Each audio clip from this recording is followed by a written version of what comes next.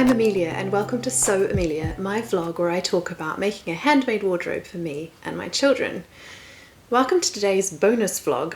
I normally publish vlogs every week on a Saturday, but this week is a special week because I'm joining in with Jess from So What If I Sew, and she's running a special challenge this week to celebrate her 1 year of vlogging, which is very exciting.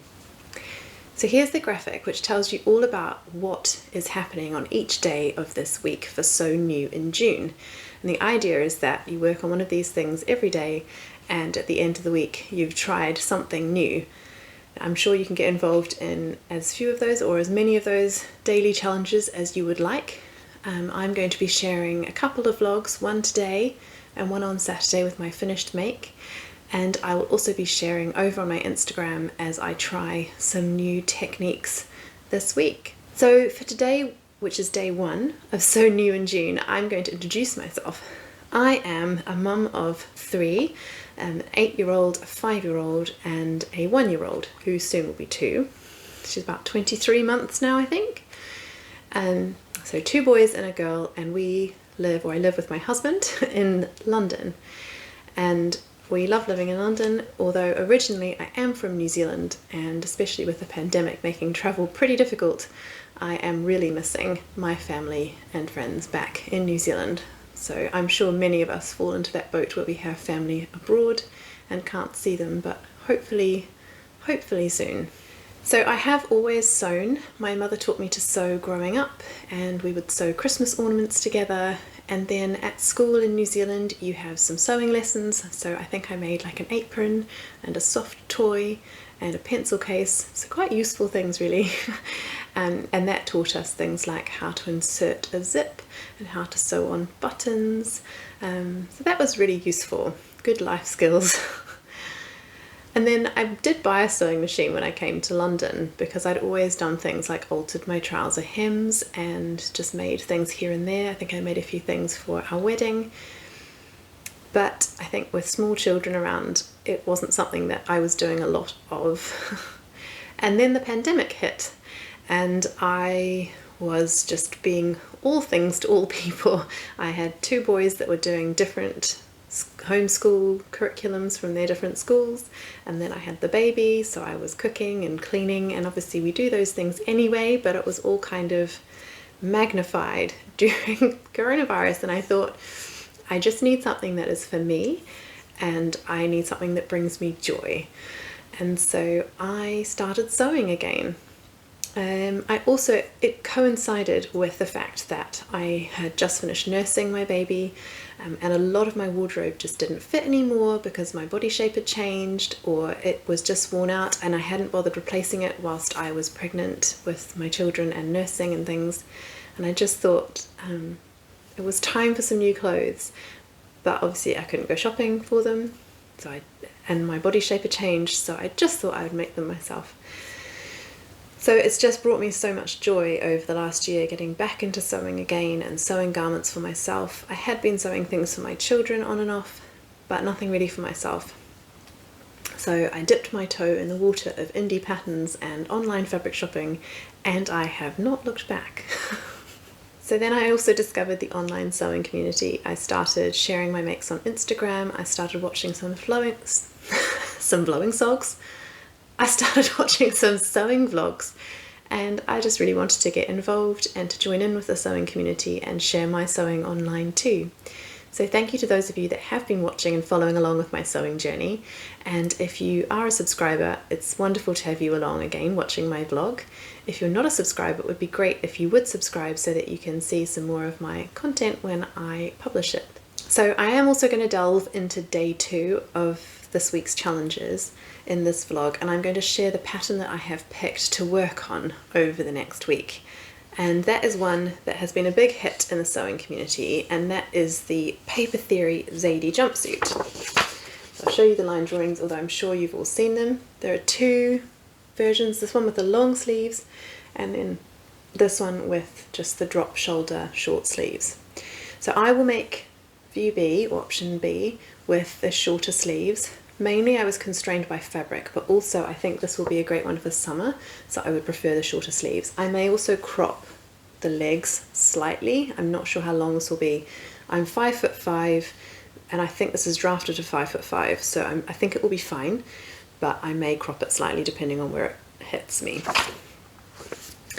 So the reason that I have chosen this pattern is because I have not yet made trousers. Or anything with trousers, so no jumpsuits, no shorts, no trousers. I make skirts and dresses, I've made blouses, I've made knit tops, knit dresses, but I have not yet delved into the world of trouser making or jumpsuit making, and I really would like to. I cycle my children to school, and as much as I love dresses and skirts, they are not always brilliant on a bicycle.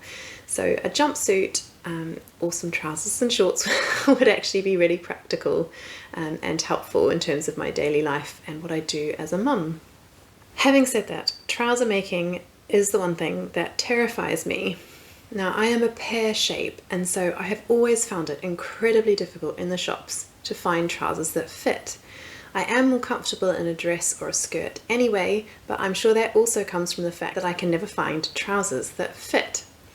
So I have a bust of 36 inches, my waist is 30 inches, and my hips are 42 inches. So often I'll find something that fits across the bottom area, but it's too big in the waist, or something will fit me in the waist, but I can't do it up because it won't fit over my bottom. So yes, I have tried on so many jeans this season trying to find the perfect wide leg jean, and I cannot find them for love nor money. So that's really sort of propelled me, along with this challenge, into making my own and just giving it a go. I am going to ease myself in gently by starting with a jumpsuit. I just feel that's probably slightly easier to fit, as I'm not worrying so much about waistbands and hips, although I need to check my measurements obviously, but especially with the Zadie jumpsuit, it is more of a wrap jumpsuit.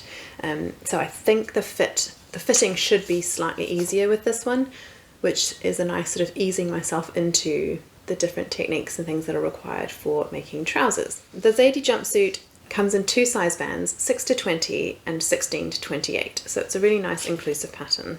I have the sizes 6 to 20 here.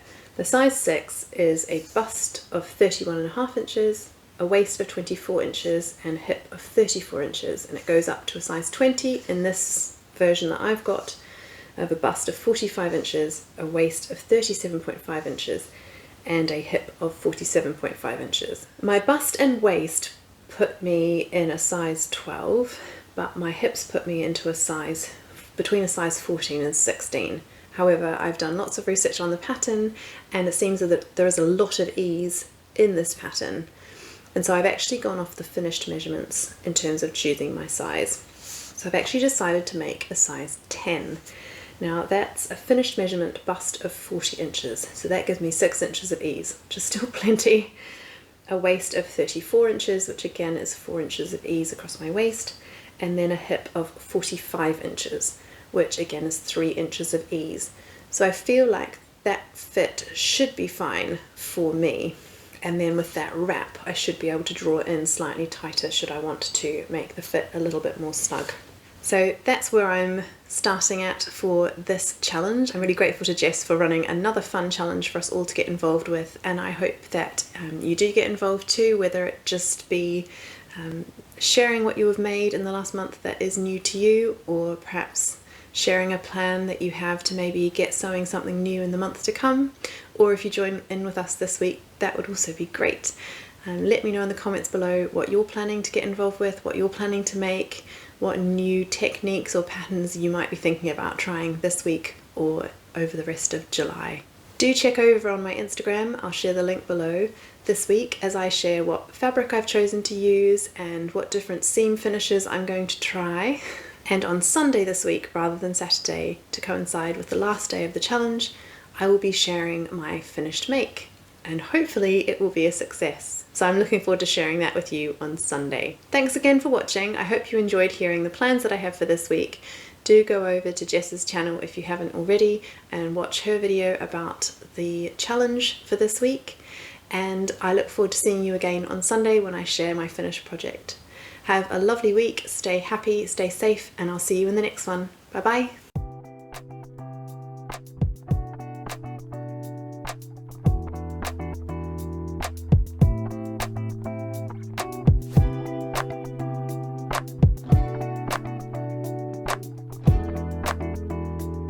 What's the worst that could happen, right? Oh dear.